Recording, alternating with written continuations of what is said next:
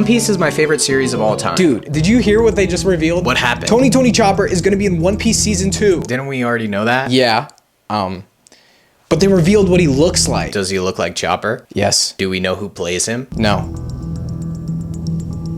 I'm gonna go fuck off. Chopper is here, and he's gonna be a little CGI monster. I'm very excited, but I think it would have been really cool if we got to see him done in practical effects. Just having a little puppet follow the cast around, I think it would have been very adorable. I found myself smiling a lot when we got the Chopper reveal. But dang it, dude, out of all the ways you could have revealed him, why did you have to do it like this? This makes me sad because Look at this. We can't even tell which version of Chopper that they modeled this after. Did they do the fat, chubby version of Chopper that you could find in the early days of the One Piece series? Or the redone, cutesy, adorable, meant to sell merch version of Chopper? I'm really hoping that they do the first version, the ugly version of Chopper, just because I think it would look so cool. This is an image of Chopper that has been floating around on the internet for a really long time, and I freaking love it. Imagine Luffy gearing up to take down Crocodile, and standing right beside him is this little gremlin. That would be so cool. Speaking of Crocodile, we also get to know who plays him, and it's this guy. I don't know who this guy is, but he seems like he's gonna do a really good job. In the early days of me catching up on One Piece, Crocodile was the villain that stood out to me the most. I found this dude absolutely horrifying. He has aura,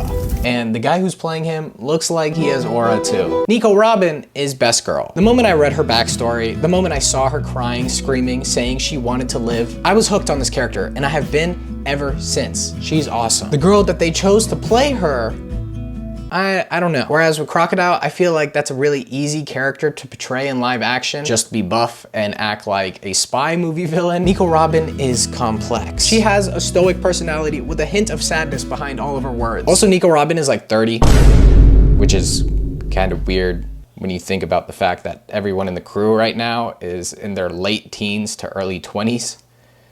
And she's 30. Remember in her backstory when Saul says, "Somewhere out at sea, I know they're waiting for you. Go find your friends, Robin." Yeah, Robin, hate to break it to you, but most of your friends aren't even alive yet. One of them got hit by a train, one of them is dead, and one of them is in the bottom of the ocean, a place you can't get to because you ate a devil fruit.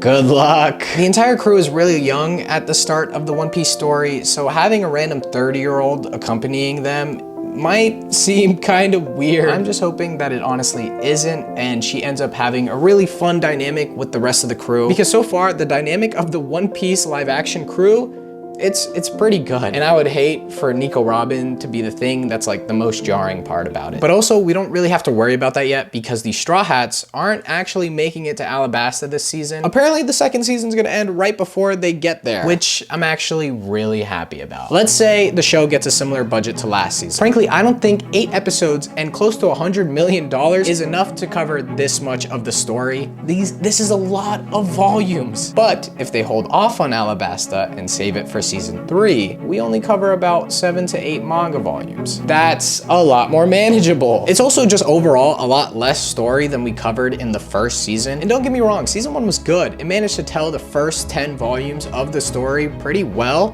but it also cut out a lot of things, and I just personally don't want that to happen again. I wish my boy Gaimon was in the live action. So with season 2 covering less of the manga, I'm pretty excited. I really enjoyed season 1 of One Piece, and season 2 overall, it might just be as good, if not even better. Subscribe and go watch some of my other videos. Goodbye.